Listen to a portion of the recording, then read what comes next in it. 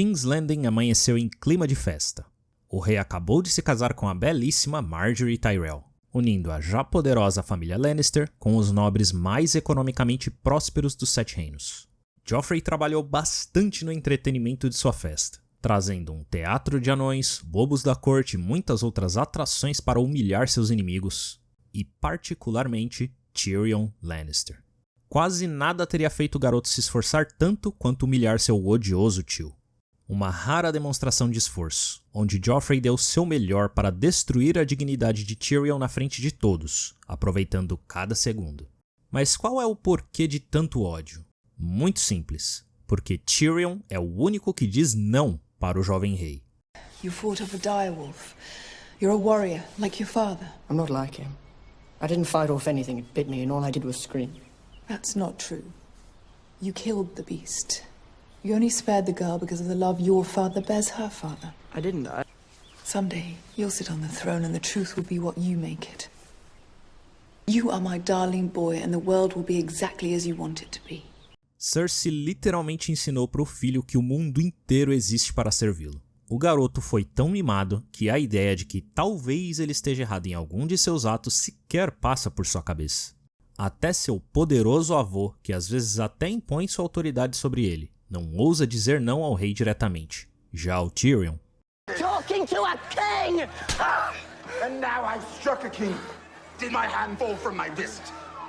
Tyrion sempre tratou o sobrinho da forma correta, como um tio. Uma das pessoas que tem o dever de educá-lo. E ele acabou até mesmo fazendo um papel que deveria ter sido dos pais. Before you go, you will call on Lord and Lady Stark and offer your sympathies. The boy means nothing to me. Oh, I can't stand the wailing of women. One word and I hit you again. I'm telling Mother! Muitos são capazes de ver através da fachada intimidadora do garoto. Mas é só o Tyrion que o trata como o bundão que ele de fato é. Estamos falando de um moleque que se borra pra Arya com 9 anos de idade assim que o jogo vira contra ele. Que só age como um tirano quando sabe que está sob a proteção dos outros. É justamente seu tio não ter uma gota de medo dele e ainda deixar isso claro para todos que torna sua existência intolerável para o jovem rei. Por causa de tudo isso, assim que ele assume o trono e adquire um pouco de poder real, Joffrey passa a humilhá-lo sempre que tem a chance. Essa é sua forma de conseguir vingança contra um dos únicos reais obstáculos para seus desejos perturbados. Leave her face. I like her pretty.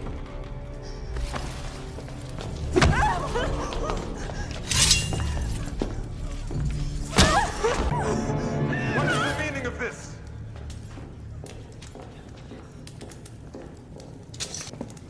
What kind of knight beats a helpless girl? The kind who serves his king, imp. Someone get the girl something to cover herself with. She's to be your queen. Have you no regard for her honor? I'm punishing her. For what crimes? She should not fight her brother's battle, you half-wit. No one threatens his grace in the presence of the king's guard.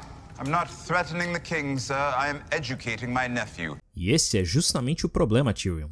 Você é o único que tá pelo menos tentando ensinar algo decente para essa cria demoníaca do Alabama. Embora, no caso de Joffrey, mera educação não resolveria. Joffrey não é só mimado e mal educado, ele também é um psicopata clássico. Desde muito jovem ele tortura e mata animais por diversão, e se diverte mais com a dor alheia do que qualquer outra coisa. Uma combinação letal para seus desafetos, mas também para ele próprio. O problema com monstros medonhos é que todos que os temem sempre terão uma única coisa em sua mente. Como eu faço para destruir a fonte do meu terror? Eis a resposta.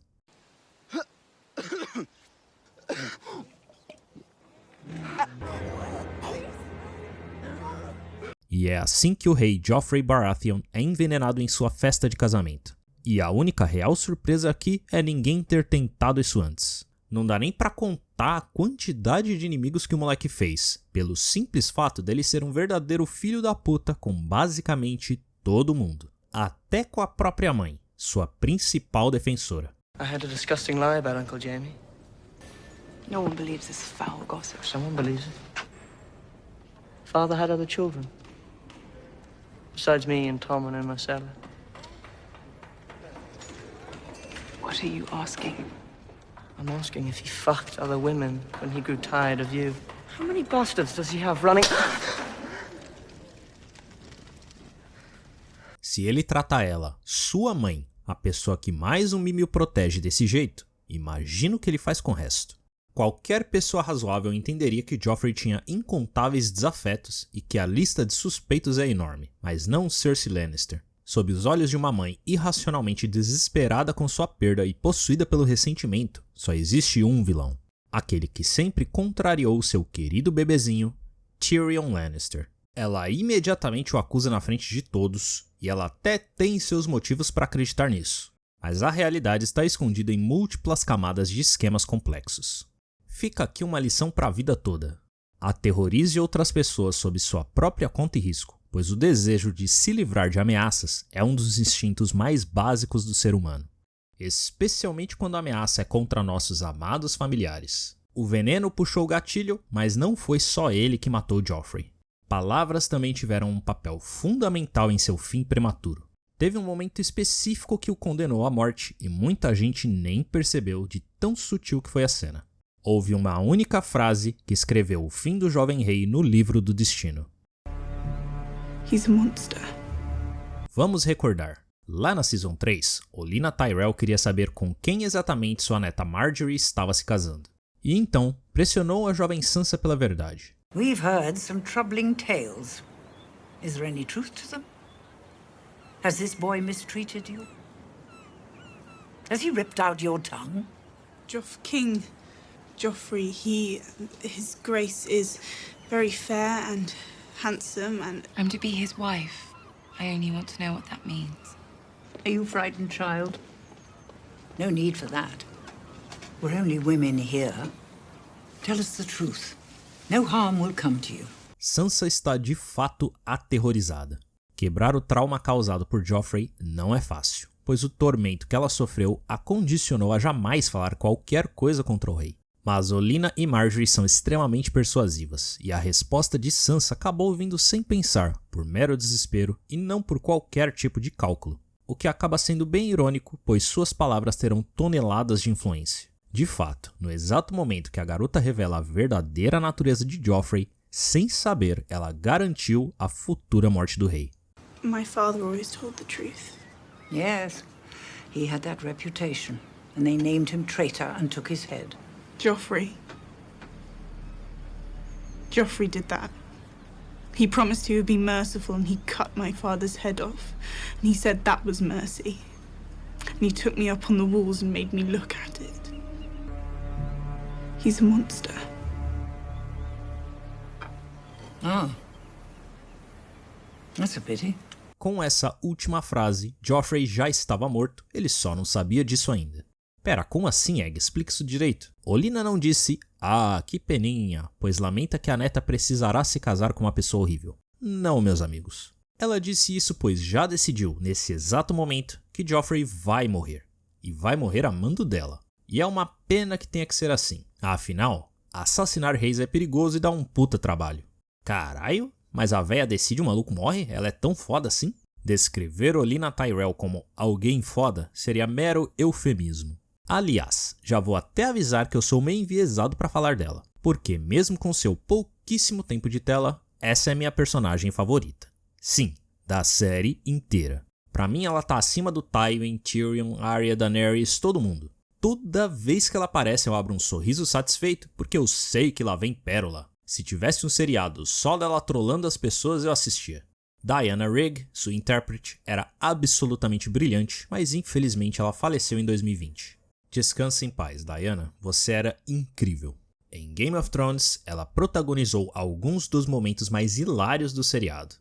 I wanted to personally welcome you to King's Landing. The city has been made brighter by your presence. Is that your usual line, Lord Varys? You here to seduce me?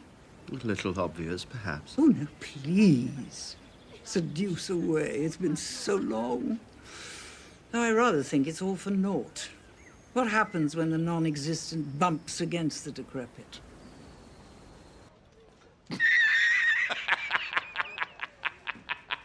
Não é qualquer um que consegue a proeza de deixar o Varys com vergonha. E não é só de sagacidade ácida que ela é feita. Olenna também é implacável como líder e protetora de sua casa nobre, e até Tywin Lannister às vezes sai perdendo quando a confronta. The only thing that might turn it are details of your grandson's nocturnal activities. Do you deny them? Oh, not at all. A sword swallower through and through. And a boy with his affliction should be grateful for the opportunity to marry the most beautiful woman in the kingdoms and remove the stain from his name. Did you grow up with boy cousins, Lord Tywin? Of course. And you never... No. I congratulate you upon your restraint. Mano, não tem uma frase dessa mulher que não me faz dar risada. Caso não tenha notado, ela insinuou que Tywin motherfucking Lannister só não fez uns troca-troca na juventude por ter se segurado muito, mas que vontade não lhe faltou. But it's a natural thing, two boys having a go at each other beneath the sheets. Perhaps Highgarden has a high tolerance for unnatural behavior. I wouldn't say that. True, we don't tie ourselves in knots over a discreet bit of buggery, but... brothers and sisters... where I come from, that stain would be very difficult to wash out. Eu sei. No fim, o Tywin supostamente convence a Olenna a aceitar o casamento de Loras com a Cersei, mas se você acha que o Tywin saiu ganhando nessa negociação, deixe-me convencê-lo do contrário. Não apenas Olenna saiu na vantagem, como ela não tinha como perder, por dois motivos. O primeiro é que Olenna já sabe que Joffrey vai morrer em breve, e quando ele morrer, já tem planos traçados para casar Margaery com Tommen. Como Tommen é muito mais fácil de controlar, Margaery vai governar por tabela, o que dará imenso poder à família Tyrell. E o segundo motivo é o fato de que suas insinuações de que Cersei está velha demais para ter filhos e que é uma péssima noiva é só jogo de poder. Ela tá basicamente fingindo que o casamento de Loras com ela seria custoso para a família, quando na verdade o custo é zero. Não apenas Cersei ainda é perfeitamente capaz de ter filhos, e Olenna sabe disso, como o casamento de um Tyrell com a fucking rainha de Westeros jamais seria uma desvantagem. A véia tá só trollando seu oponente e é por isso que eu gosto tanto dela. Todo mundo sempre lembra do poderoso e brilhante Tywin Lannister, mas quem realmente tá dominando o Jogo dos Tronos na Season 4 é ela, a gloriosa Rainha dos Espinhos. Tá, chega de pagar pau pra véia.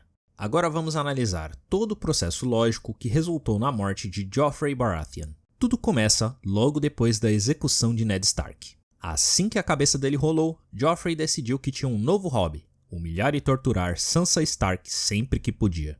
Os motivos são vários. A família Stark quase o removeu do poder, Arya o humilhou, Robb declarou guerra contra ele, mas a verdade mesmo é que Joffrey é simplesmente cruel e sádico. Nada divertiu o garoto tanto quanto causar sofrimento, e Sansa era um alvo fácil e vulnerável. Tanto que ele só começou a torturá-la quando ela ficou sem nenhuma proteção e estava rodeada de inimigos. Só que o problema é que Joffrey não entendia a ideia de efeito postergado. Bem depois dele já ter cansado de infernizar a Sansa, o casamento dele com ela foi reconsiderado e anulado, e ele se tornou noivo de Margaery Tyrell. Só que a Margaery é um caso bem diferente da Sansa. A jovem é tão protegida quanto o ouro no Fort Knox por ser o principal ativo político da família Tyrell. E os Tyrell não são uma família qualquer. Eu já expliquei o poder e a influência da Olenna, mas o poder deles vai muito além da Rainha dos Espinhos. Na quarta temporada, eles têm até mais poder que os Lannisters, na verdade, mas poucos percebem ou sabem disso. E esse poder nasce da prosperidade absurda gerada pelas terras de Highgarden, as mais férteis de todo o reino. What is it, 12,000 infantrymen the Tyrell family has supplied? 1,800 mounted lancers? 2,000 in support. Provisions, so this city might survive the winter. 1 million bushels of wheat, 500,000 bushels each of barley, oats and rye. 20,000 head of cattle, 50,000 sheep. You don't have to lecture me about wartime expenses. I'm quite familiar with it. Tudo isso é só o que foi doado para a coroa, não inclui a riqueza total da família. Já Westeros tem uma dívida multimilionária com um banco de ferro de bravos. The Tyrells are our only true rivals in terms of resources, and we need them on our side. Wars swallow gold like a pit in the earth. Do you know how much gold was mined in the Westerlands this past year? Our last working mine ran dry 3 years ago. Then how do we pay for anything? The Crown owes the Iron Bank of Bravos a tremendous amount of money. How much? A tremendous amount. Isso significa que os Tyrell poderiam estalar os dedos e matar metade de King's Landing de fome, incluindo nobres e soldados. Sem eles, o exército real não se sustenta, pura e simplesmente. Mas por que eu tô frisando tanto o poder dos Tyrell? O que isso tem a ver com a tortura da Sansa? Pura progressão lógica dos fatos. Joffrey humilhava Sansa em público, lembram? Às vezes na frente de multidões. Logo, era questão de tempo as maluquices dele chegarem nos ouvidos de Olenna. Acham mesmo que uma mulher tão poderosa ia permitir que sua neta corresse sérios riscos? Risco até de vida, aliás, pois mesmo com Margaery sendo muito boa em manipular Joffrey, ele é instável demais para ser confiável. Um único momento em que ela diz ou faz algo que ele não gosta poderia sim ter resultado nela seriamente ferida ou até morta. E é por isso que sua eliminação se tornou absolutamente necessária. Tão entendendo como, em retrospecto, Sansa se vingou dele meramente aguentando firme e ficando viva? Seu relato acabou sendo a virada de chave que concretizou a morte do rapaz. E é por isso, amiguinhos, que recomendo pensar 2 vezes antes de atormentar alguém achando que vai sair de graça. Assim que confirmaram com Sansa que o Joffrey é xarope, os Tyrell formaram uma aliança secreta com Littlefinger e juntos eles deram um jeito de se livrar do mini rei louco. E o mais impressionante é que nenhum dos verdadeiros envolvidos sequer se torna suspeito, o que demonstra o altíssimo nível de inteligência e capacidade de planejamento meticuloso dos algozes de Joffrey Baratheon. Por enquanto, né? Porque no futuro... Lady Sansa, I have known you since you were a girl. I've protected you. Protected me by selling me to the Boltons. Falaremos disso no vídeo da Season 6. Bom, vamos discutir um pouco a paranoia insana da Cersei. Foi ela mesma que tentou avisar o pai do perigo representado pelos Tyrell e ainda assim ela sequer parou para pensar na possibilidade de seu envolvimento. Seu rancor pelo irmão mais novo é muito mais forte do que a lógica e ela tem certeza absoluta de que o Tyrion é o culpado. Nenhum argumento ou evidência no mundo a convenceria do contrário, pelo menos não agora. E essa é justamente sua maior fraqueza. Uma mistura de obsessão com uma falsa impressão de sua própria inteligência. I don't distrust you because you're a woman. I distrust you because you're not as smart as you think you are. Calma, ela já não é uma mulher racional. Perdendo as estribeiras então, aqui está um belo exemplo do quão mesquinha e incoerente ela é. No. Come to my chambers and I will examine you personally. She'll do no such thing. Ah, Your Grace. Yes, well, this young lady sought my advice on She's see Qyburn. He's quite good. Qyburn?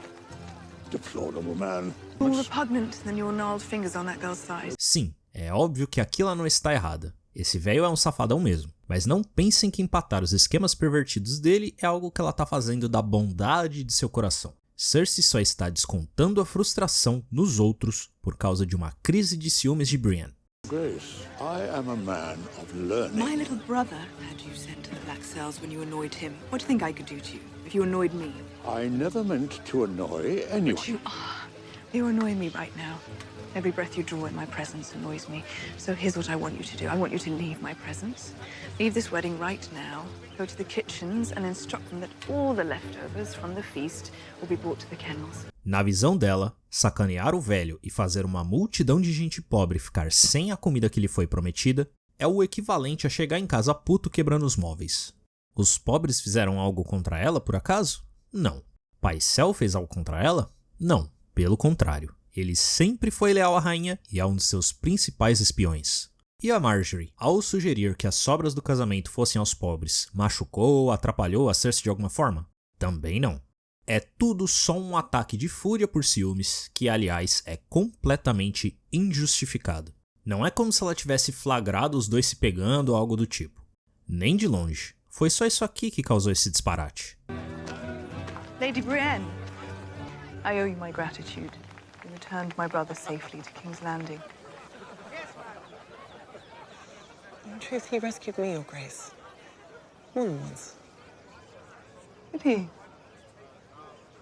Haven't heard that story before.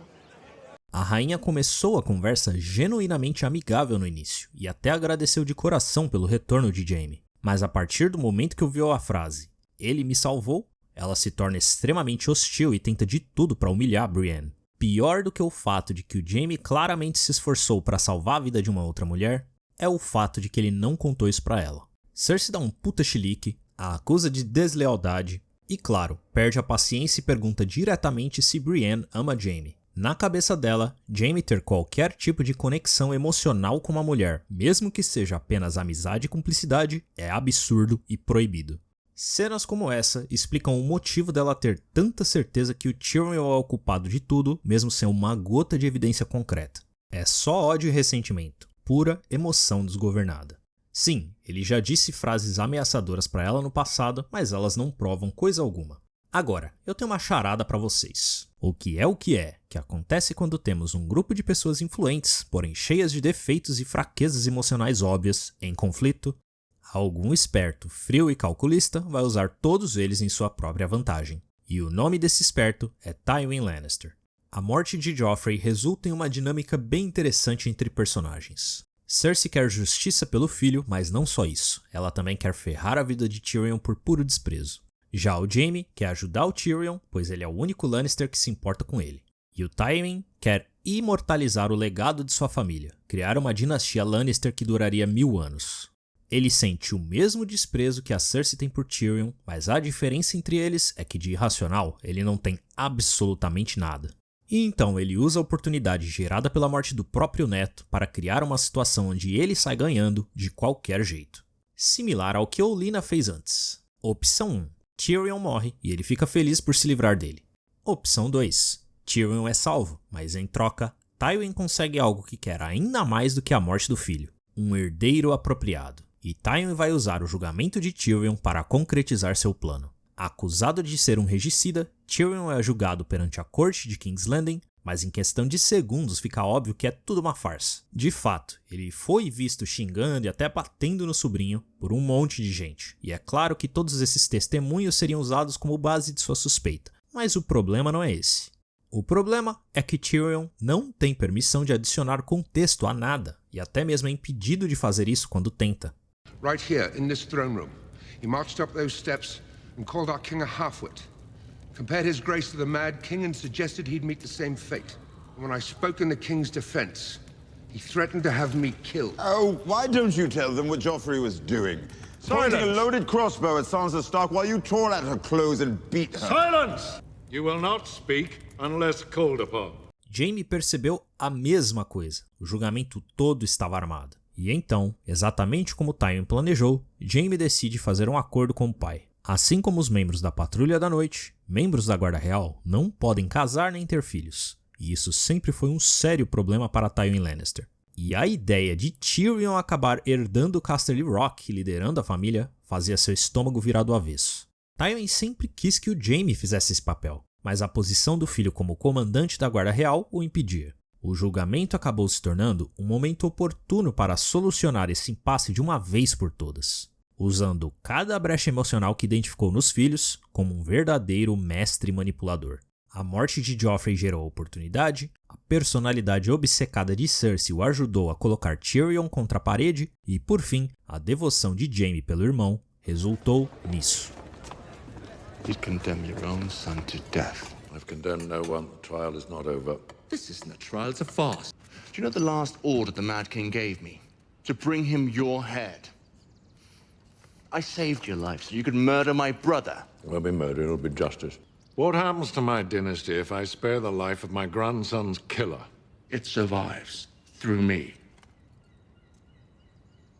I'll leave the King's Guard. I'll take my place as your son and heir if you let Tyrion live. Done. Só que teve uma coisa que nem mesmo o poderoso mão do rei calculou. O quão perigoso é um homem sem absolutamente nada a perder. Ironicamente, o mesmo erro que o Joffrey cometeu. O que o falecido rei fez com a Sansa, Tywin fez com Tyrion através dos anos. E o acúmulo de todo esse ressentimento será crucial em seu destino final. Inicialmente, Tyrion estava sim disposto a aguentar firme e seguir o acordo que o Jaime fez com o pai. Nosso amigo anão estava conformado a ter sua honra manchada, seus méritos apagados e até a ter que servir a Patrulha da Noite para sair daquela situação. Mas foi aqui que o Tywin e a Cersei cometeram um erro fatal. Não contentes em expor Tyrion como um assassino mau caráter, eles decidiram fazer um showzinho, uma última humilhação para acabar de vez com a dignidade dele. This man stands accused of murdering King Joffrey. What do you know of this? I know that he's guilty. He and Sansa planned together. He stole poison from the Grand Mesa's chamber to put in Joffrey's wine. Se a Shae tivesse ido lá só para afirmar que o Tyrion é culpado, talvez as coisas não evoluíssem para a total catástrofe. Mas vai ser a humilhação gratuita que realmente vai mudar o destino de todos. How could you possibly know all this? Why would he reveal such plans to his wife's maid? I wasn't just her maid. I was his whore. He stole me. I was with another man, a knight in your lordship's army. You belong to me now, he said. I want you to fuck me like it's my last night in this world. Já seria humilhante mais que suficiente revelar uma versão deturpada de suas aventuras sexuais com ela na frente da corte inteira. Mas a história que eles decidiram inventar tem uma camada muito mais profunda de desonra. Shae chega até o extremo de alegar que o Tyrion é um apreciador de garotas muito jovens, sendo que a verdade é o exato oposto. O próprio Tyrion deixou bem claro pro pai dele que não queria se casar com Sansa, e muito menos consumar o casamento, justamente por causa da idade dela. Mas a verdade é sempre controlada por aqueles que detêm o poder. That was before he married Sansa. After that, all he wanted was her. But she wouldn't let him in her bed. So he promised to kill King Joffrey for her. E aqui está mais um exemplo do que acontece quando você muda um personagem e não pensa nas consequências. Essa é uma boa oportunidade pra gente bater um papinho sobre a Shae. Nos livros, o único que está iludido e achando que era amor era o Tyrion. Shae, desde o início, se mostra uma sobrevivente, uma moça que já sofreu muito, passou fome e encarou a morte de frente. E por isso ela usa todo tipo de artimanha para adquirir riqueza e segurança. O objetivo dela é muito simples, viver bem em um mundo pobre e cruel, nada mais. Ela adora joias e presentes caros, fica decepcionada quando perde seus luxos e não é essa moça desinteressada no material que parece amar o Tyrion de verdade da série. Lá, ela depor contra ele é meramente um meio de sacrificar um elo fraco, alguém que na cabeça dela vai ser executado de qualquer jeito, para garantir sua estadia em King's Landing e sua segurança no longo prazo. O que ela não quer é passar fome, apanhar de gigolô ou coisa pior. Não é nada pessoal, mas na série é claramente pessoal. Shae. Please don't.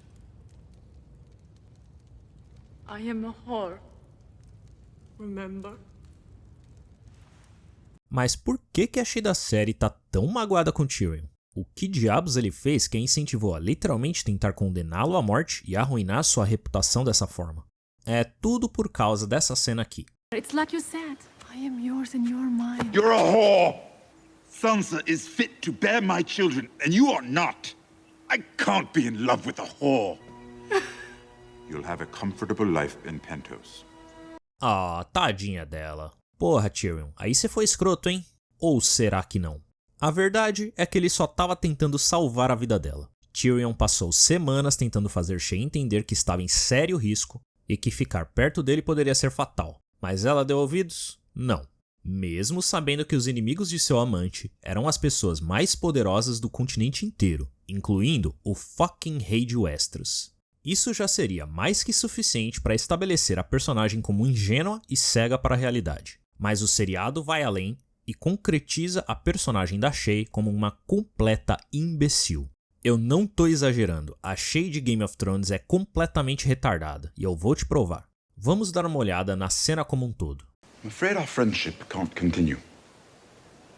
Our friendship. There's a ship waiting in the harbor bound for Pentos. What? You'll have your own cabin, of course, and across the narrow sea, a house. Servants. What is this? Married man. What are you afraid of? I'm not afraid. You are. Pra começar, ela tá mesmo perguntando isso? Shay, queridinha.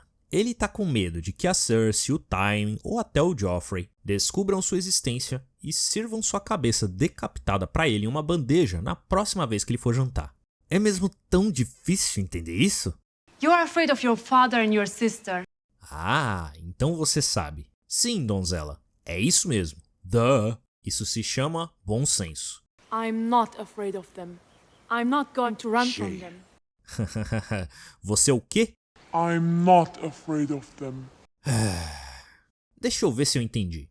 Você não tem medo do homem mais rico e poderoso dos 7 reinos e da rainha de Westeros em um mundo onde nobres enviam soldados para matar até bebês na frente de todo mundo? Onde o Montanha pode sair queimando fazendas e massacrando plebeus à vontade justamente porque trabalha para Tywin Lannister?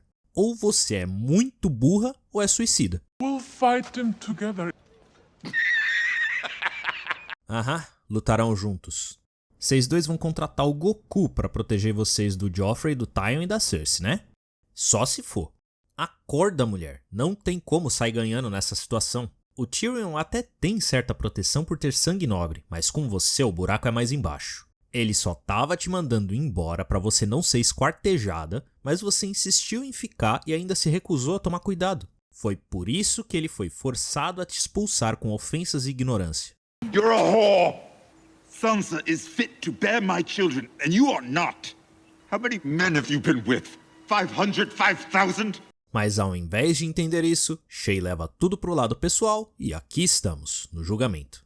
Quero deixar bem claro que eu não tenho problema com mudança nos personagens e eu vou elaborar sobre isso depois. Beleza, irmãos D&D, vocês decidiram que na série ela ama o Tyrion de verdade? Sem problemas. Vão lá, podem fazer alterações nas motivações e na personalidade dela. Mas precisava transformá-la em uma completa idiota? Ah, Egg, você tá exagerando, a Shay não é tão burra assim não. Tô é. Primeiro, o Tyrion tentou manter ela escondida, mas ela insistia em ficar dando rolê por aí. Tais rolês que ela deu por estar entediada a fizeram ser encontrada pelo Varys, e ela nem percebeu o quão perigoso era isso. Tyrion só não se fodeu, e ela ainda mais, porque o Varys era amigável a ele. Se ele fosse um inimigo hostil, Shay já estaria morta.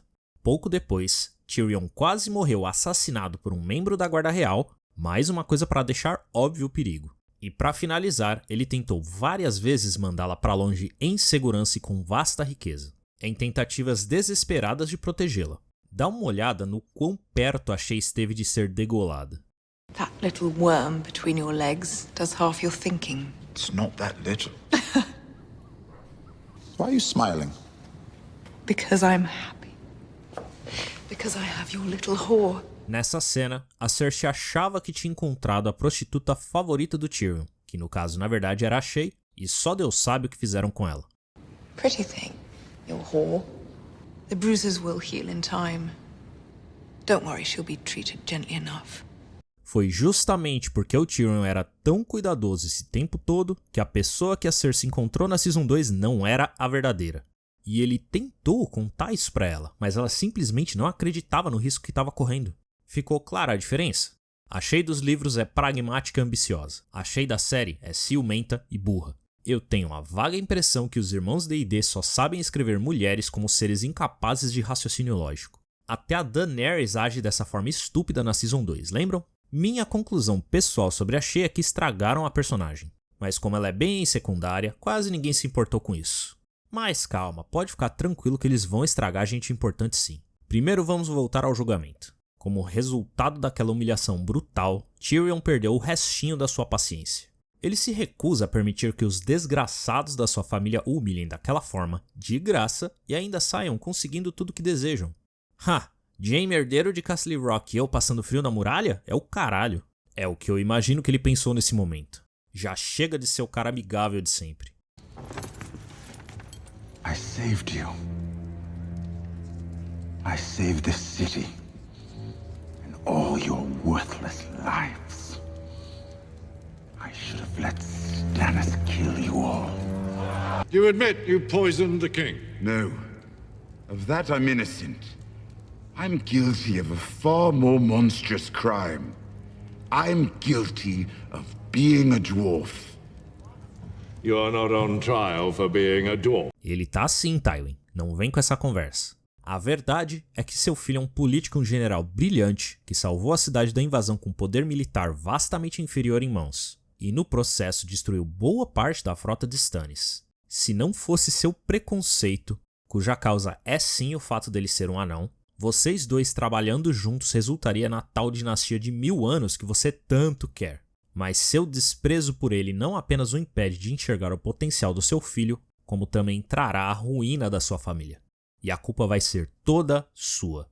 I did not kill Joffrey, but I wish that I had.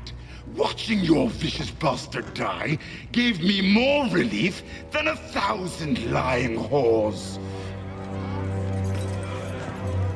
I wish I was the monster you think I am. I wish I had enough poison for the whole pack of you. I would gladly give my life to watch you all swallow it. Peter Dinklage absolutamente detona em sua performance e vemos Tyrion cuspir de volta todo o ressentimento e humilhação que sofreu.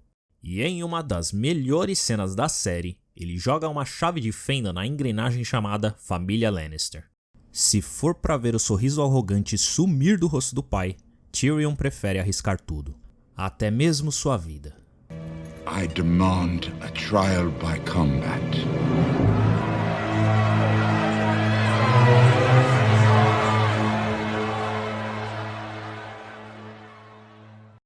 Que os deuses decidam seu destino. Só que, pelo jeito, os deuses não estavam nem um pouco afim de facilitar a vida dele não. Porque o campeão que lutará por Cersei será ninguém menos que Ser Gregor Clegane, o Montanha. Sem dúvida o cavaleiro mais brutal dos Sete Reinos. Não apenas habilidoso e experiente, como também possuidor de força física notoriamente sobre-humana.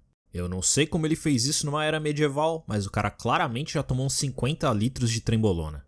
E o Tyrion? Tyrion nem tem um campeão dessa vez. Jaime sem sua mão principal não tem nem metade da habilidade, e o Bronn se recusa a se arriscar contra um oponente tão perigoso. Pelo menos não pelo preço que lhe foi oferecido. E agora? Tyrion vai ter que tirar X1 com o gigante no braço? Lhes apresento Oberyn Martell, a víbora vermelha de Dorne. Do you know why all the world hates a Lannister? You think your gold and your lions and your gold lions make you better than everyone. Can I tell you a secret? You're not a golden lion. You're just a pink little man who's far too slow on the draw.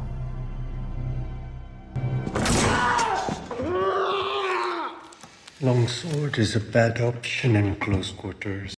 Esse fodelão aí é um dos príncipes de Dorne, um dos países mais influentes do reino, famoso por ter sido o único que Aegon Targaryen não conseguiu conquistar em uma guerra aberta na unificação de Westeros. Justamente por isso, as palavras da Casa Nobre que controla a região são Unbowed, Unbent, Unbroken, que basicamente significa aqueles que não se curvam, não se dobram e nunca foram quebrados. A Casa Martell representa um espírito indomável, e Oberyn é uma perfeita representação dessa atitude. Ele é um notório mestre dos venenos e da lança, famoso por sua bissexualidade e por ter filhos com tudo quanto é mulher pra tudo que é lado. Só rumores, claro. A verdade é que ele só tem 8 filhas, só 8. Oberyn não foi pra King's Landing para curtir bordéis, nem para brincar de política com o Conselho Real. Seu motivo para estar ali é retribuição. O Montanha violentou e matou sua irmã Elia brutalmente durante o saque de King's Landing, e ele não parou nela. Até o recém-nascido dela foi morto com requintes de crueldade. Então, se Cersei escolheu Gregor Clegane como seu representante, a Víbora de Dorne será seu oponente. Uma oportunidade perfeita para conseguir vingança. Eu sei, alguns de vocês devem estar pensando, boa oportunidade nada, suicídio. Especialmente quem já viu a série sabe do resultado, mas a realidade é que Oberyn é vastamente superior em combate.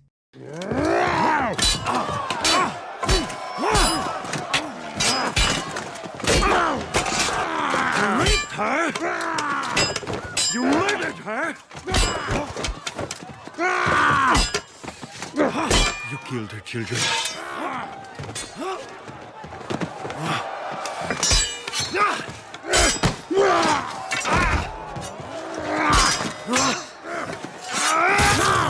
Quase todos que assistem esse duelo não sabem, mas a verdade é que esse primeiro golpe que passou a armadura já condenou o Montanha à morte. Oberyn está usando um de seus venenos letais na lâmina da lança, e aliás, Gregor de fato morre nos livros, by the way, e ele teria ganhado a luta praticamente sem se ferir se não tivesse sido traído pela própria Fúria. Não fosse por um momento de descontrole emocional, Oberyn não apenas teria vencido, como teria se tornado lenda por ter derrotado alguém tão famoso tão facilmente. You killed her children! Normalmente o duelo teria acabado aqui, mas batalhas não são apenas sobre habilidade e força. Se vocês decidirem escrever uma história com cenas de combate, deixo aqui com vocês minha principal dica. Jamais se esqueçam do aspecto emocional do ser humano. Uma luta até a morte é uma fonte de extremo perigo e de medo, e o ódio é um péssimo combustível que pode torná-lo descuidado e imprudente. Guerreiros também sentem medo de morrer. Guerreiros podem ficar cegos de ódio, tropeçar por descuido ou se distrair. Alguns personagens até mesmo têm receio de ferir os outros ou total aversão a tirar vidas. Tudo isso deve ser considerado. Se você quer escrever batalhas com o máximo de qualidade e realismo, é importante considerar o caráter e o estado de espírito dos personagens. Gregor acaba no chão, empalado por uma lança, envenenado e condenado à morte. E, no entanto, isso não significa que sua força absurda desapareceu do nada. You murdered her! Say it!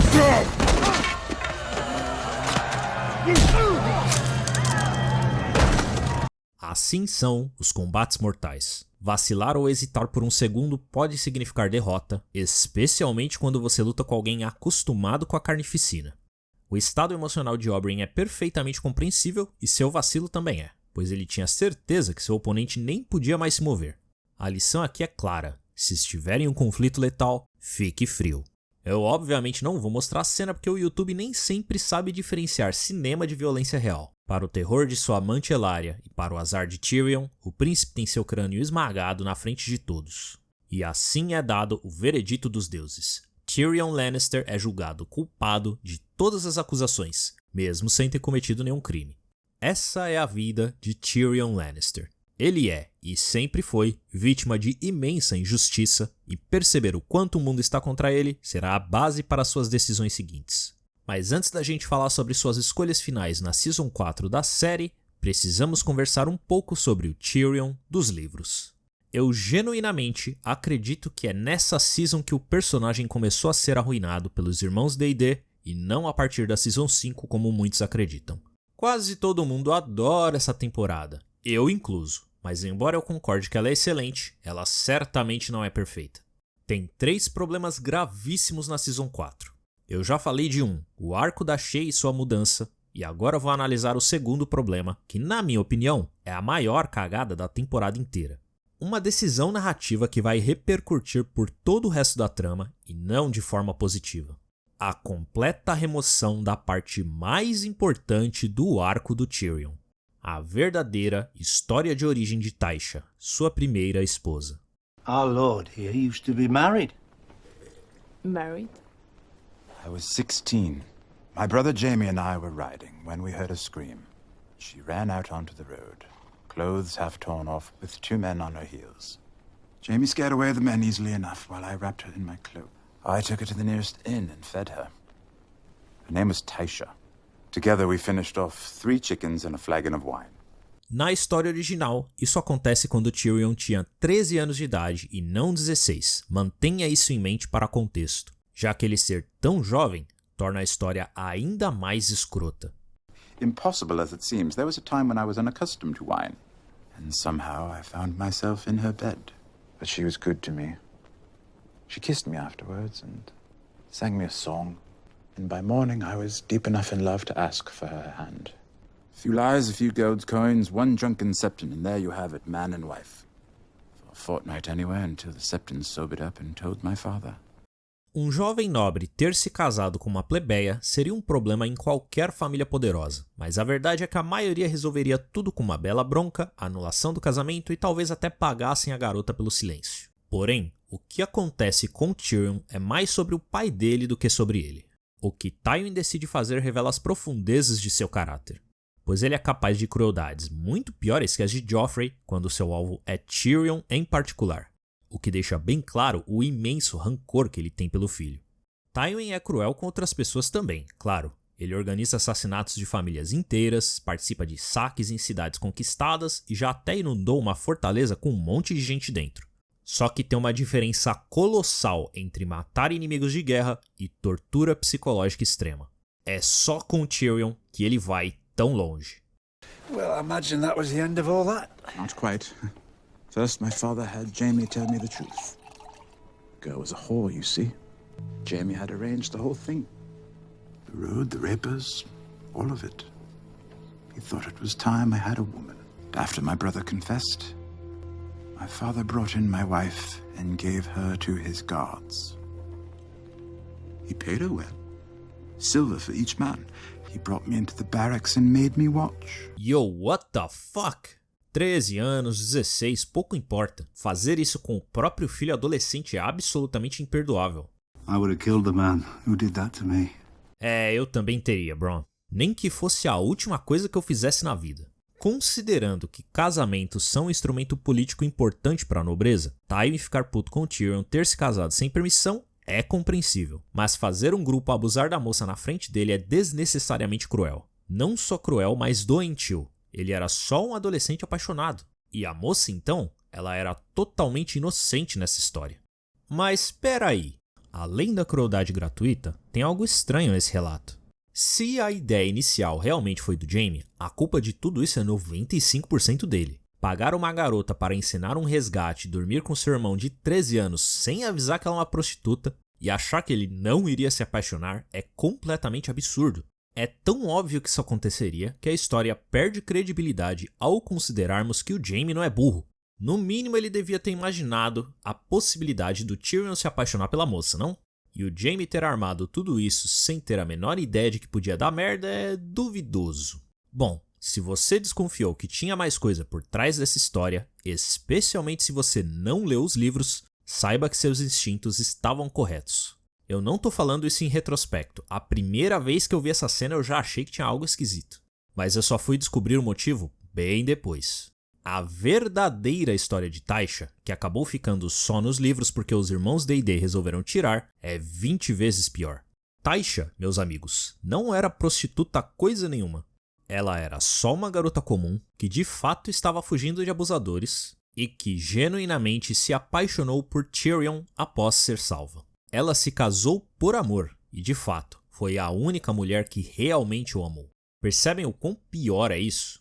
Tywin ordenou que seus soldados abusassem de uma garota inocente que não fez absolutamente nada de errado pelo crime de amar Tyrion Lannister. E não foram só os soldados não. Ele também forçou o próprio Tyrion a ser o último deles. Fez Tyrion participar e ser um dos responsáveis por traumatizar a própria esposa. Seu primeiro e único amor. Eu não sei vocês, mas no momento que eu descobrisse essa verdade, eu ia decidir pôr fogo em Castle Rock com o Tywin e o Jaime dentro. Aliás, já bota a Cersei lá dentro de brinde e já aproveita e queima todo mundo que tem a palavra Lannister no sobrenome. Tyrion realmente me surpreende por ter de certa forma superado isso e ter continuado sendo essencialmente um cara do bem. Ou será que não? E aqui está o motivo para os irmãos D&D terem removido essa parte da história de Tysha. Sua decisão de manter Tyrion como um personagem positivo, porque nos livros ele é de fato possuído pelo ódio e pelo rancor. Depois de perder o julgamento por combate, nosso amigo anão volta para a cela para aguardar sua execução e, exatamente como nos livros, o Jaime decide libertá-lo para salvar sua vida. Só que tem uma diferença crucial. Antes do Tyrion deixar King's Landing para trás, Jaime decide fazer uma última confissão. Uma confissão que mancharia o coração de seu irmão para sempre.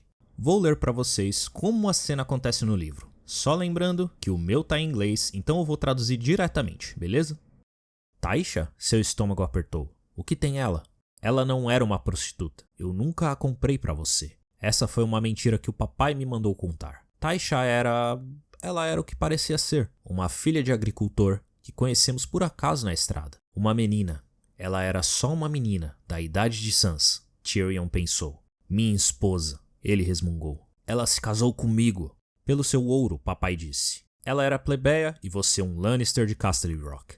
Lamento dizer que é tarde demais para fazer esse tipo de acusação, Jaime. Jaime disse isso porque ele não sabe que as 2 semanas que Tyrion viveu com Tysha foram as melhores de sua vida. E se aquele amor que recebeu dela era falso, então a moça era a melhor atriz da história do universo. Descobrir que ela não era uma prostituta confirma algo que Tyrion já desconfiava. Ela o amou de verdade. Ele passou anos traumatizado, se perguntando como foi possível ele ter sido enganado daquele jeito, e a resposta é que ele não foi enganado. Não por Tysha. O amor dela era absolutamente verdadeiro e ela foi destruída por isso. Ele próprio forçado a ajudar nessa destruição. Tyrion reage com violência. Um tapa na cara de Jaime dado com toda a sua força, e Jaime só aceita porque ele sabe que tem culpa no cartório. Ele até diz pro Tyrion que mereceu o tabefe, mas o que ele não esperava era a resposta do irmão mais novo. Oh, você merece mais que isso, Jaime. Você, minha doce irmã e nosso amado pai. Sim, não sei por onde começar a descrever o que vocês merecem, e irão receber. Isso eu prometo a você. Um Lannister sempre paga suas dívidas. Na história original, o Tyrion não quer só vingança contra o Tywin e a Cersei. Ele se separa de Jaime com uma promessa de que se um dia se encontrarem de novo, não terão sorrisos nem abraços, mas sim uma luta até a morte entre aleijados. E o baixinho não espera para começar sua vingança não. Para magoar Jaime e devolver pelo menos um pouquinho da dor que ele está sentindo, Tyrion mente sobre ser de fato o assassino de Joffrey. Ele quer que o Jaime pense que ele matou mesmo seu filho, e o Jaime vai embora com aquela última facada no peito, que no fundo ele sente que mereceu.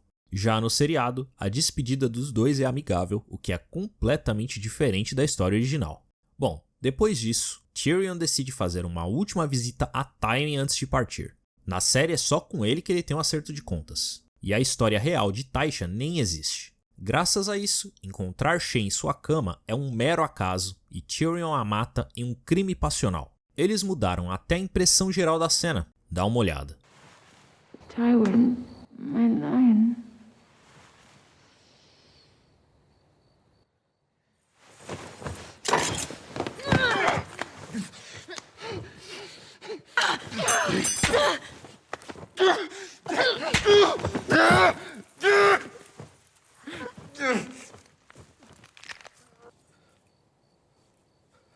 I'm sorry. O contexto aqui é de turbulência emocional e legítima defesa. Shae pegou a faca primeiro e ele apenas reagiu e acabou a matando. A história deixa uma certa ambiguidade no ar. Tyrion matou a Shae porque quis, por acidente ou se defendendo. Já na história original é bem diferente. Ele tá tão furioso com o que acabou de descobrir e tão sedento por vingança e violência que ele a mata a sangue frio, sem hesitar. Você alguma vez realmente gostou do meu toque? Ele perguntou. Mais do que qualquer outra coisa, disse ela. Meu gigante Lannister. Essa foi a pior coisa que você poderia ter dito, doçura. Tyrion pensou.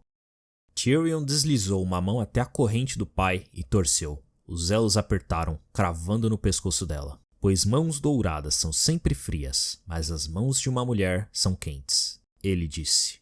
Suas mãos frias deram mais um giro, enquanto as quentes dela batiam contra suas lágrimas. Embora Tyrion tenha sim derramado suas últimas lágrimas por ela, ele não teve nenhuma dificuldade em matá-la. Ele não estava se defendendo de uma faca e ele não estava em uma situação onde não tinha outra escolha. No livro, ele a enforcou até a morte sem hesitar e porque quis. E logo em seguida foi a vez de Tywin, onde a única diferença é que na história original, Tywin xinga Tysha de prostituta e não Shae, e é isso que passa dos limites para o Tyrion. I loved her. Who? Shae. Not Tyrion. I murdered her with my own hands. Doesn't matter. Doesn't matter. She was a whore. Say that word again. And what? You'll kill your own father in the privy? We'll go back to my chambers and speak with some dignity. I can't go back there. She's in there. Are you afraid of a dead whore? Ele avisou, Tywin. Era só você não ofender. Enfim, percebem como nessa cena o Tyrion tá se sentindo muito mal por ter matado a Shae? Cheio de culpa e arrependimento. Então, na história original, ele não tá nem aí pra ela. Em seu coração só tem Tysha e ódio. Lá o Tyrion gente boa já morreu. Aquele homem que fica implorando pra pararem um ataque quando os sinos tocarem, pra salvar vidas inocentes, só existe no TV show. Aliás, o Tyrion do livro seria o primeiro a ficar muito feliz com a ideia de um genocídio em King's Landing. Eu vou ler um trechinho do 5º livro, A Dança dos Dragões, para vocês entenderem quem Tyrion Lannister está se tornando lá. Tem uma cena bem emblemática onde ele e o Jorah estão tentando conseguir passagem para Meereen, mas a velha que tem os meios de transporte quer saber suas verdadeiras intenções. O Jorah diz um monte de clichê de heróis de histórias, fala de honra, de querer servir a Daenerys até a morte, lá, e a velha sente que ele é desonesto. Mas quando chega a vez do Tyrion, o que planeja oferecer à Rainha dos Dragões, pequenino? Meu ódio, Tyrion queria dizer. Mas ao invés disso, abriu as mãos tanto quanto as algemas permitiam. O que ela quiser de mim. Conselho sábio, sagacidade, um pouco de malabarismo. Meu p*** se ela desejar. Minha língua se ela não o desejar. Vou liderar seus exércitos ou massagear seus pés, como ela desejar. E a única recompensa que peço é ter permissão para estuprar e matar minha irmã. Aquilo trouxe de volta o sorriso para o rosto da mulher. Esse, pelo menos, é honesto. Não, o Tyrion não sente nenhum desejo ou luxúria por Cersei. Ele só quer causar a maior quantidade de dor e sofrimento possível nela. Ela ser violada pela pessoa que mais a enoja, ele, soa como a vingança ideal na cabeça dele e nada mais. Olha que diferença na atitude do rapaz. My father was an evil man. My sister was an evil woman. Pile up all the bodies of all the people they ever killed. There still won't be half as many as our beautiful queen slaughtered in a single day. Cersei left her no choice. The moment the gates fell, the battle was over. Bom, se você gosta do Tyrion gente boa, tudo bem. Na verdade, eu também gosto. Seria muito legal se o personagem da série seguisse outro caminho e terminasse a história como uma figura heróica. Um general brilhante reconhecido por seu mérito, após anos sendo desrespeitado e tendo seus feitos ignorados por Tywin. E é aqui que está o problema. What's this? A Song of Ice and Fire. Archmaester Ebro's history of the wars following the death of King Robert. I helped him with the title. I suppose I come in for some heavy criticism. Oh, I wouldn't say that. Oh, he's kind to me. Never would have guessed. I don't believe you're mentioned. Que piadinha boa, irmãos D&D. Vocês são os mestres da comédia.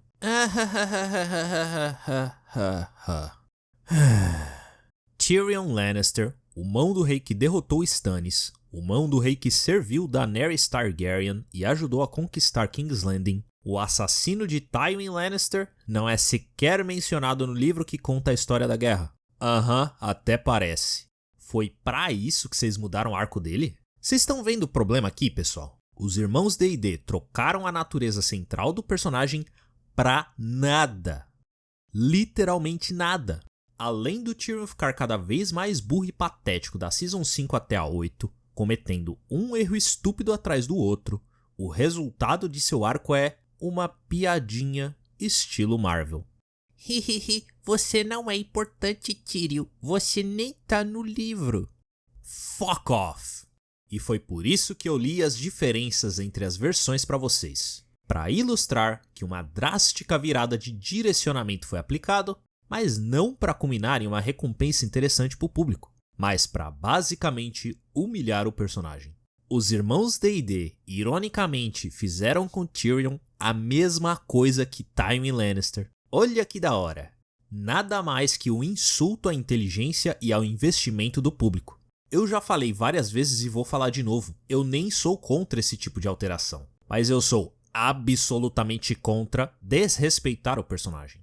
Essa é uma boa oportunidade de explicar algo muito importante. Eu recebi alguns comentários nos episódios anteriores dizendo que eu deveria usar mais os livros, fazer mais comparações para mostrar o quanto é superior. Sim, eu certamente usarei os livros e farei comparações, mas não para mostrar o quanto é superior, porque esse não é o intuito dessa série de vídeos. Por um motivo muito simples, é óbvio que os livros são superiores, vastamente superiores. Não tem discussão aqui, se minhas análises fossem sobre Gelo e Fogo, elas iam durar 5 minutos cada e eu ia falar: essa cena é muito boa, aquela ali também, George é foda, leiam.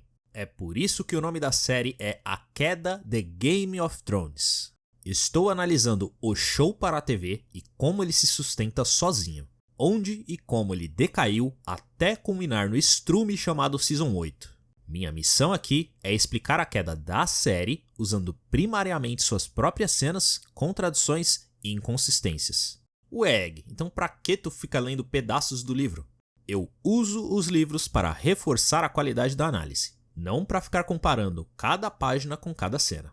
A análise que acabei de fazer do Tyrion tinha o intuito de mostrar para vocês o quanto mudaram o personagem para resultar em absolutamente nada decente. É importante vocês saberem que uma adaptação não é uma cópia de 1 para 1. Não apenas isso, ela não pode ser uma cópia de 1 para 1. Quando você adapta um livro para a TV, o principal objetivo é ampliar o público da história, trazer gente nova. A realidade é que uma minoria de pessoas lê livros, especialmente de 1000 páginas cada um. E certos aspectos da literatura não são adaptáveis, por culpa de ninguém, eles simplesmente não são. E é por isso que mudanças se fazem necessárias. Vamos dar uma olhada num exemplo prático. O homem foi levado para o lado de fora da fortaleza, nas colinas. Robb achava que ele era um selvagem, jurado a servir Mance Rayder, o rei além da muralha. Pensar naquilo fez a pele de Bran se oriçar. Ele se lembrava dos contos de lareira da velha Nan. Selvagens eram homens cruéis, ela havia dito. Escravagistas, assassinos e ladrões. Esse foi um trecho do primeiro livro, sob o ponto de vista de Bran Stark. Cada palavra desse parágrafo inteiro está só na cabeça do garoto. Uma descrição do que lhe foi contado no passado, o que ele sabe, suas opiniões e o que ele sente sobre o conhecimento que tem. Como que um seriado adaptaria isso? Exatamente igual? É impossível. Não dá pra dar zoom no rosto do Bran e fazer o ator narrar cada palavra, como acontece em Dexter, por exemplo. Nice night. Miami is a great town. I love the Cuban food. Pork sandwiches, my favorite. But I'm hungry for something different now. E o motivo principal é a quantidade de personagens.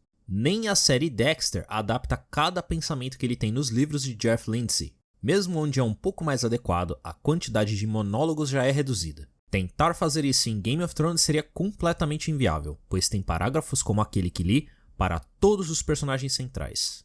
Fazer isso transformaria a série Game of Thrones em um audiobook, e se for assim, qual o sentido? Mais fácil todo mundo só ir ler os livros. Mas e diálogo, Egg? Será que tais opiniões e pensamentos podem ser convertidos em conversas? Sim, podem, e esse seria o meio correto e mais adequado.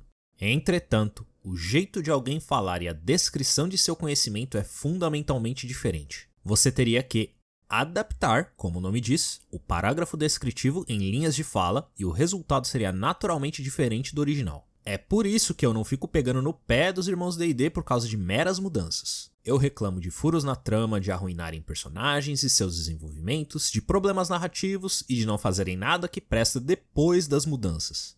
Game of Thrones tem um monte de preparos sem recompensas, como é o caso do Tyrion. Mas você nunca vai me ouvir dizendo: "Ah, no livro é assim, então a cena tinha que ser igualzinha". Insistir por uma adaptação 100% fiel não é razoável, pois literatura e cinema são fundamentalmente diferentes. Dada essa explicação, eu não tenho problemas com Tyrion da série seguir um caminho diferente. Assim como eu também não considero as conversas entre Arya e Tywin, que não existem nos livros, algo ruim. E não é só em Game of Thrones, eu amo a trilogia Senhor dos Anéis, por exemplo, mesmo sendo bem diferentes da história original. Mas as mudanças que aceito de bom grado são as adequadas para a TV, que resultam de limites de orçamento e diferenças no meio de comunicação. Mudanças necessárias para pegar o que está na página e enviar para a tela. Não as mudanças que enfraquecem a história e derrubam sua qualidade. Vão lá, irmãos D&D, adaptem. Podem deletar personagens minoritários que não cabem no orçamento, podem pular a batalha que o Tyrion participa fazendo ele desmaiar logo no início, podem adicionar Ned vs Jaime e podem inventar o Night King, que é um vilão exclusivo da série. Fiquem à vontade. Mas vocês não podem mexer na história desrespeitando quem os personagens são e suas construções. Construções essas que vocês mesmos já copiaram e usaram nas primeiras seasons, se aproveitando de cenas inteiras do George. Matar Ser Barristan Selmy daquela forma estúpida é só um exemplo disso. A destruição do caráter da Daenerys sem a devida preparação é outro. Enfim, Acho que já deixei os meus métodos de análise o mais claro possível, não deixei? Então bora continuar. Falta só mais uma coisa pra gente analisar. Lembram que eu disse que a Season 4 tem 3 enormes problemas? Vamos falar do terceiro. A decisão bizarra de fazer Jaime Lannister do nada virar um abusador. E pior, ele decide fazer isso com a mãe de seus filhos do lado do cadáver de um deles. A cena acontece logo após a morte de Joffrey, mas eu não analisei em ordem cronológica porque ia bagunçar o ritmo do vídeo, mas chegou a hora. Stop it! It's not right! It's not right! I don't care. Temos aqui um caso clássico de inabilidade de interpretar texto e a completa incompreensão de contexto e consentimento. A vida sexual de Jaime e Cersei sempre foi deturpada e violenta, mas nunca sem consentimento. O livro deixa isso muito mais claro, o que é um problema, pois na série temos menos detalhes de como eles são como casal. Saibam que a intenção da cena não era dela ser vista como estupro. Eles só tropeçaram nas próprias pernas e escreveram de um jeito bizarro por acidente. Como você sabe, Egg? Quem te falou isso? There was a scene in season 4, a sex scene between you and Cersei, that made a lot of headlines because people interpret it as a rape scene. Yes. And you both said, you and Lena Headey both said that it was not intended to be a rape scene. You guys didn't interpret that way. No. It wasn't written that way.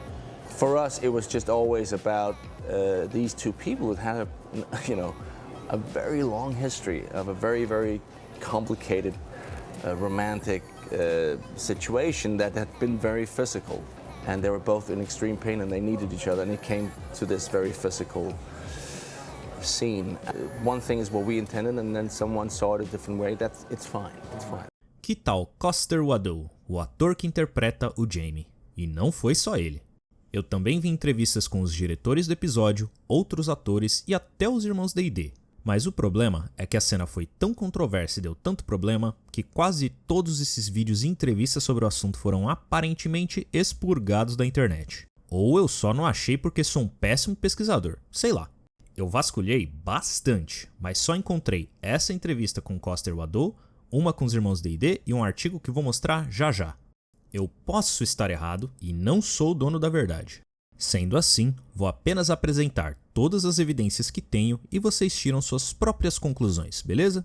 Bom, nessa segunda entrevista com Benioff e Weiss, uma jovem fã pergunta no que a decisão de Jaime de abusar de Cersei contribui para seu arco e qual o intuito da cena. As far as the scene itself, I think you're right to be disturbed by it. I think it was a brutal scene. I think it was incredibly well acted by both Lena and Nikolai. It felt to us when we were writing it like this is something the character was going to do at that moment, and it's a horrible thing to do. And at the same time, I think part of the reason it was so hard for some people is because Jaime's had this kind of redemptive arc, and it feels like he's becoming a good guy, but we also can't remember this is a guy who in the very first episode shoved a little boy out a window. He's not a good guy. He's a very complex guy. And in that particular scene, given what he had been through in the past and his tortured relationship with his sister, this felt like something he would do. Ah, respostas de político profissional, minhas favoritas. Ele basicamente falou e não disse nada. Tudo pode ser resumido em: a cena está lá porque eu quis. Sim, a cena é brutal e perturbadora, mas não foi isso que ela perguntou, seu corno. Why you included it, what you felt it contributed to the character arcs of specifically Jaime. A pergunta foi: qual a função narrativa da cena? E ele respondeu desse jeito enrolado porque a verdade é que a cena não contribui em nada para o arco de Jaime. De fato, ela o danifica. Ela é completamente desnecessária e não devia existir, e eu vou provar isso para vocês já já. Primeiro, que esse não é um caso dos irmãos D&D sem material para usar, como tanto acontece da Season 6 pra frente. Essa cena está nos livros. Uma das raras cenas que seria facinho de copiar igual. Eu disse que mudanças, ok, mas eu disse para não danificarem a história ou os personagens, lembram? Pois então, no contexto da própria série, a cena destrói o caráter de Jaime, mesmo se a gente desconsiderar a existência dos livros. Jaime salvou a Brienne de sofrer o mesmo tipo de abuso, o que o define como alguém contra esse tipo de coisa, apenas para ir cometer o mesmo ato com a Cersei semana que vem? Isso faz algum sentido lógico para vocês? Se essa cena fosse, sei lá, na Season 7, já bem depois dos livros terem acabado, e eles tivessem escrito Jaime de forma que justificasse uma cena original onde isso acontece, beleza. Mas eles teriam que ter feito toda uma preparação, mostrando Jaime perdendo seu caráter aos poucos e tudo mais. Nesse ponto da história, na Season 4, esse não é o caso. Fato é, o Jaime já mudou para melhor. Vai lá no vídeo da Season 3 que eu explico em detalhes. E embora ele seja de fato complexo, ele já evoluiu muito em termos de caráter. Vamos dar uma olhada no livro para vocês entenderem a merda que fizeram aqui. Eu estava perdida sem você, Jaime. Temi que os Starks me enviassem sua cabeça. Eu não teria suportado. Ela o beijou. Um beijo leve, que mal fez seus lábios tocarem os dele. Mas ele podia senti-la tremer conforme deslizou seus braços ao redor dela. Não sou completa sem você. Não havia carinho no beijo que ele retornou, apenas fome. Não, ela disse fragilizada, quando os lábios dele desceram por seu pescoço. Não aqui, os septões. Aí, Egg, ela disse não, tá igual na série. Calma, jovem. Primeiro que na cena da série, já tinha um bom tempo que a Cersei estava sendo bem fria com o Jaime, supostamente por ele ter cometido o crime de demorar para voltar para ela. Na cena original, é ela que beija primeiro e ele apenas retribui. Cersei iniciou tudo, não Jaime, e isso é muito importante. Já em Game of Thrones, é ele que a beija e ela o afasta, o que deixa bem claro que ela não tá afim, e a diferença fica ainda mais explícita. Não aqui, os septões, que os outros levem os septões. Ele a beijou de novo, a beijou até silenciá-la, até ela gemer. Ela bateu em seu peito com punhos frágeis, murmurando sobre o risco, o perigo, sobre o pai, o septão e a fúria dos deuses. Ele nunca a ouviu. Rápido! Ela estava sussurrando agora. Rápido, rápido! Agora, faça agora. Me possua agora. As mãos dela o guiaram. Sim, ela disse conforme ele... Meu irmão, doce irmão, sim, desse jeito, sim. Eu obviamente pulei algumas descrições desnecessariamente gráficas pro YouTube, mas acho que deu pra entender, né? As negações de Cersei aqui são sobre os riscos de serem pegos, o desrespeito ao local onde estão e etc. Mas ela certamente deseja Jaime. E não deseja pouco não. Já na série... You're a hateful woman. Why have the gods made me love a hateful woman? Primeiro, olha a cara da Cersei. Ela parece alguém derretendo de paixão que vai esquecer aos poucos os riscos e começar a falar sim, sim, sim. Jaime, not him, please.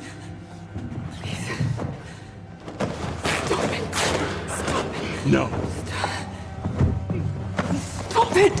Em nenhum momento a palavra sim foi colocada no script, o que é sinceramente bizarro. E ainda pior. Stop right! It's not right! I don't care. What the fuck, Jaime? Como assim você não se importa? Aliás, como assim sentimos que o personagem faria isso em Benioff? O George já tinha feito todo o trabalho, seu doente. Vocês copiaram um arco de redenção quase todo certinho, mas decidiram mudar totalmente só essa cena? Não sei não. Tô achando que você escreveu o seu fetiche, hein? Pessoal, a Cersei não é só a irmã do Jaime, ela também é a amante dele e a mãe de seus filhos. Esses personagens já até discutiram a possibilidade de assumir um relacionamento oficial, como os Targaryens costumavam fazer. Eles gostariam de ser um casal, casados. Friso esse fato porque o que o Jaime está fazendo é o equivalente a abusar da própria esposa, mesmo a Cersei não sendo oficialmente isso. Sim, Jaime é multidimensional, blá blá blá. Não é um santo. Mas ele não é, nem nunca foi, um estuprador de mulher nenhuma, muito menos da Cersei, porra. Por mais distorcido que isso seja, ela é sim o amor da vida dele, pelo menos nesse ponto da história. E adicionalmente, quem lê os livros sabe que o Jaime costumava ficar de guarda na porta do quarto do Rei Louco enquanto ele abusava da rainha, e isso traumatizou profundamente e contribuiu para sua decisão de eventualmente matá-lo. Jaime odeia abusos desse tipo, e foi justamente por isso que ele se esforçou para salvar Brienne desse destino. E aí ele vai lá e faz isso com a Cersei? Vocês fumaram crack, porra? What the fuck? Esse é o mesmo caso da Season 1, onde eles mudaram a dinâmica da noite de núpcias da Daenerys com Khal Drogo. Eu tenho uma última evidência sobre eles terem se atrapalhado e não terem intenção de fazer a cena ser vista como um abuso. Mas em entrevistas separadas, Coster Waldau e Hadley disseram à Entertainment Weekly que a cena nunca teve intenção de mostrar um estupro. Tem certeza? Se esse era o caso, então todo mundo fez merda. Os escritores, os atores, os diretores, o maquiador, o cameraman e até a tia que trouxe o café. Porque o que vocês filmaram aqui foi um claro e óbvio estupro ficcional. E se ninguém percebeu ou tentou avisar, então todo mundo estava bêbado ou cochilando durante as gravações. No fim, essa foi só mais uma das múltiplas tentativas de assassinar o caráter desse personagem, algo que continuará até o final da série. Enfim, é com a morte de Tywin Lannister que a temporada se encerra e esse vídeo também. Oxi, como assim, Egg? E a invasão de Mance Rayder na muralha? E Sandor vs Brienne, e a Arya, e o Stannis, e a Dany? Eu já dei uma explicada nisso no terceiro episódio, mas vou elaborar um pouco mais. Eu pretendo analisar cada pedaço completo do arco dos personagens e da história, ao invés de ir picotando e falando de todos a cada vídeo.